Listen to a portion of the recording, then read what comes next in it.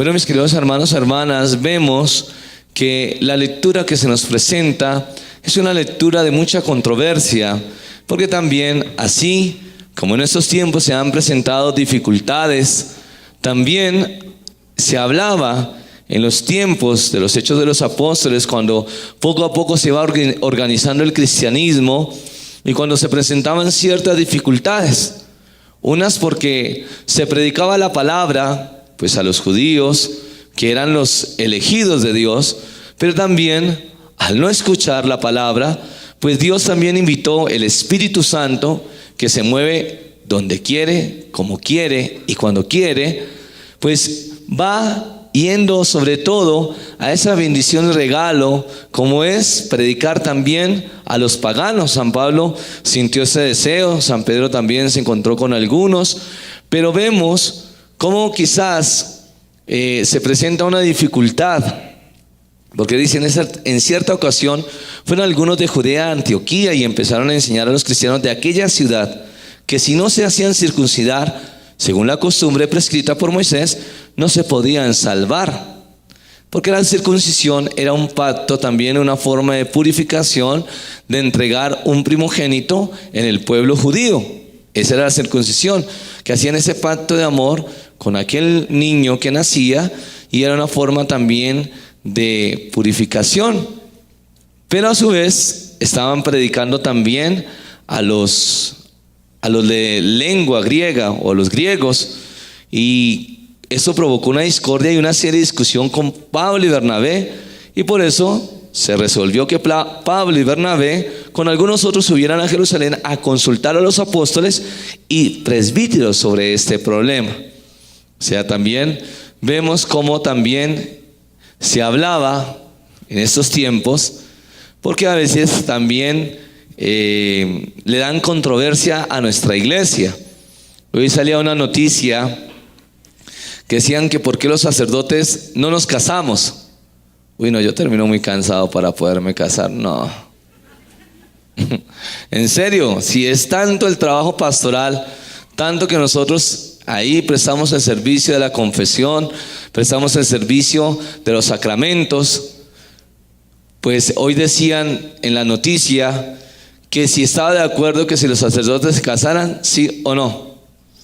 Y yo decía, no, porque es que yo tengo un llamado, una vocación, y esa vocación es que Dios me regaló para renunciar a sí mismo y para encargarme de la palabra, para encargarme de la enseñanza, para que ustedes como hijos de Dios también reclamen esas promesas que Dios tiene para que nosotros creamos en su palabra. Démosle un fuerte aplauso al Señor. Por eso, mis queridos hermanos, hermanas, fueron a Jerusalén a consultar a los apóstoles. Así pues la iglesia los proveyó para el viaje, y ellos atravesaron a Fenicia, a Samaria, e iban contando cómo se convertían los paganos, lo cual produjo gran alegría a todos los hermanos, porque estaban recibiendo la palabra. Acordemos que los de lengua griega, o aquellos hermanos, o los griegos, creían en otros dioses. Y más adelante vamos a ver, porque en este tiempo de que estamos preparándonos, tiempo de Pentecostés, los hechos de los apóstoles van a tener ese desarrollo, o más bien nos van a contar los hechos de los apóstoles, cómo los apóstoles actuaban y cómo tenían esta experiencia de Dios. Y por eso de ahí también habían muchas conversiones, o sea, cambio de vida, porque como creían en otros dioses, creían en otros rituales, en otras cosas, pero cuando tenían la experiencia de Dios, sabían que de los apóstoles salía una fuerza misteriosa, pero esta fuerza es la gracia de Dios, es el Espíritu de Dios que llega al corazón, y por eso nosotros tenemos este regalo tan hermoso como es ahora nuestra iglesia católica, la iglesia verdadera de Jesucristo. Amén. Démosle un fuerte aplauso al Señor. De ahí, mis hermanos, hermanas,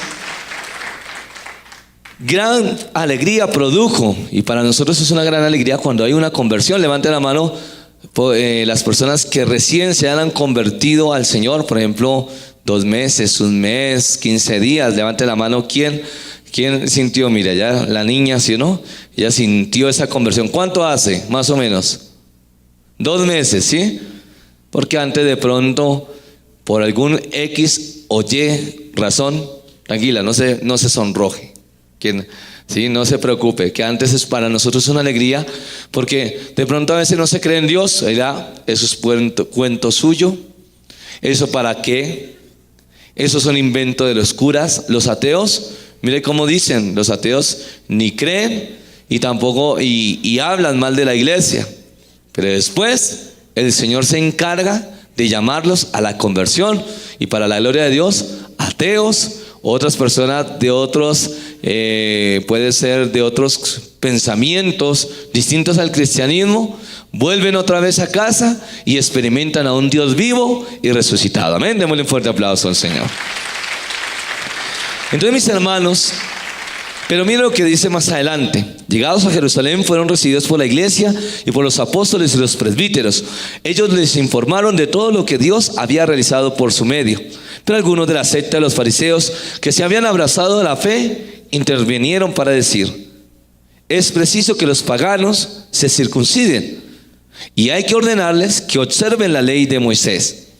Estos hermanos que eran fariseos y se convertían al cristianismo, se llama, en lo que llama la historia de la iglesia, los judaizantes, que recibían la fe en las enseñanzas de Cristo, pero todavía tenían ciertas cosas, como por ejemplo ir a la sinagoga, ir a meditar la palabra, ¿sí? Entonces no se daban cuenta que no puede actuar lo mismo, porque el cristianismo se iba formando, la fe se iba poco a poco dando forma. Entonces, por eso comienzan esas problemáticas de que si ellos tienen que adoptar la fe, pero al adoptar la fe tenían que circuncidarse sabiendo que no eran judíos. Y es cuando comienzan como a haber esas discusiones.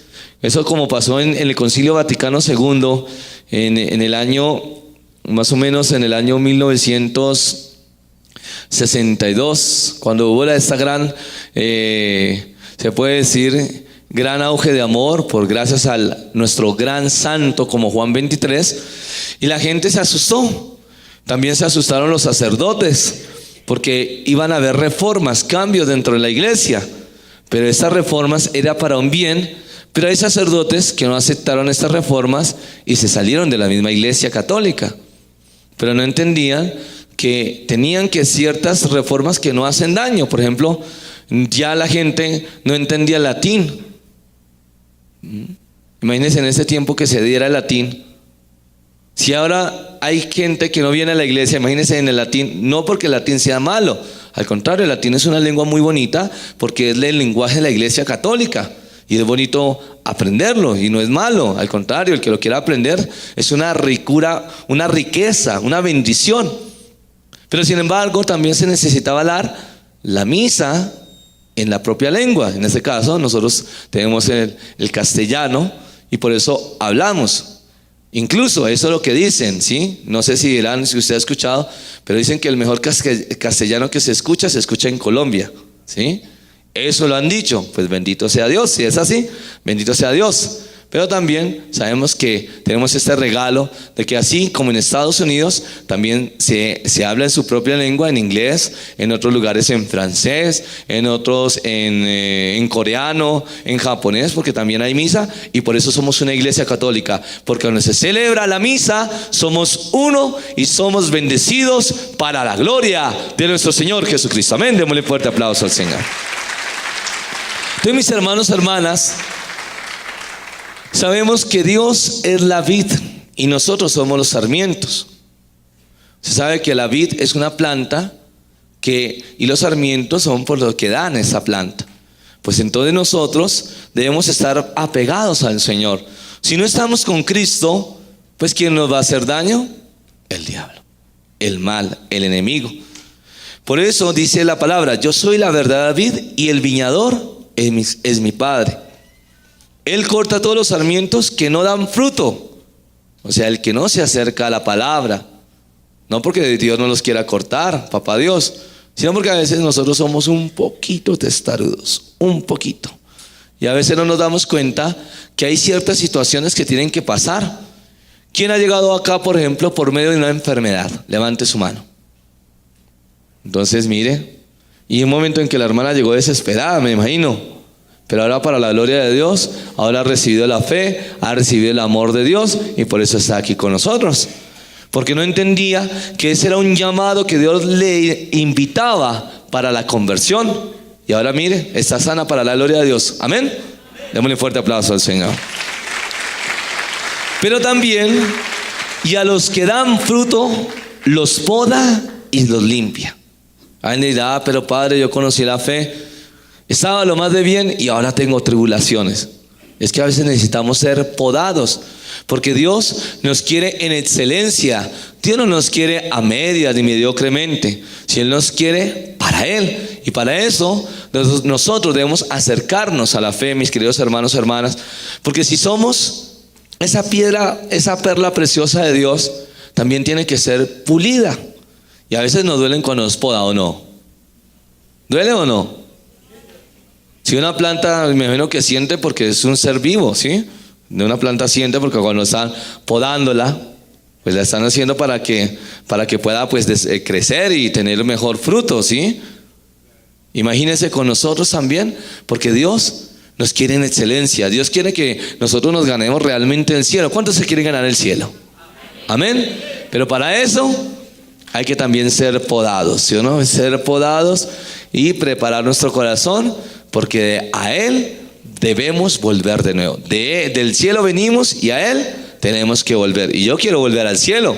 Yo no quiero quedarme a medias. Quiero estar con el Señor. Amén. Y dice, vosotros ya estáis limpios por las palabras que os he dicho. Permaneced en mí como yo permanezco en vosotros. Mire tan bonito esto. ¿Y cómo puede permanecer Dios? Por medio de los sacramentos. Y una forma de un sacramento tan hermoso como es la Eucaristía. Tan hermoso este sacramento que recibimos a Jesús. Lo recibimos en el pan. Qué hermoso. Y ya no es pan, porque es cuerpo de Cristo. Y Él permanece en nosotros y nosotros con Él. Por eso tenemos que dejar el pecado, mis hermanos. Yo soy la vid y vosotros los sarmientos. El que permanece en mí y yo en Él, da fruto abundante. Mire tan bonito esto. ¿Y cuántos quieren dar fruto abundante? Amén. Pero también dice algo, porque separados de mí, nada podéis hacer. ¿Separados de quién? De Dios, o sea, de Jesús. Nada podemos ¿qué? Hacer. Si no tenemos a Dios, pues cuestionémonos, porque si dejamos a Dios, entonces ¿cómo nos va a ir bien? Si al contrario, el mal nos unta del pecado y quiere que nosotros caigamos para que no creamos en Dios. Pero como usted hijo de Dios, como bendecido, usted ama al Señor y por eso hemos recibido los regalos, las bendiciones que Dios nos da, porque nos tiene prometida para cada uno de nosotros. Amén. Esa promesa, esa palabra que se hace vida, porque nosotros somos los hijos de Dios. Amén. Démosle fuerte aplauso al Señor.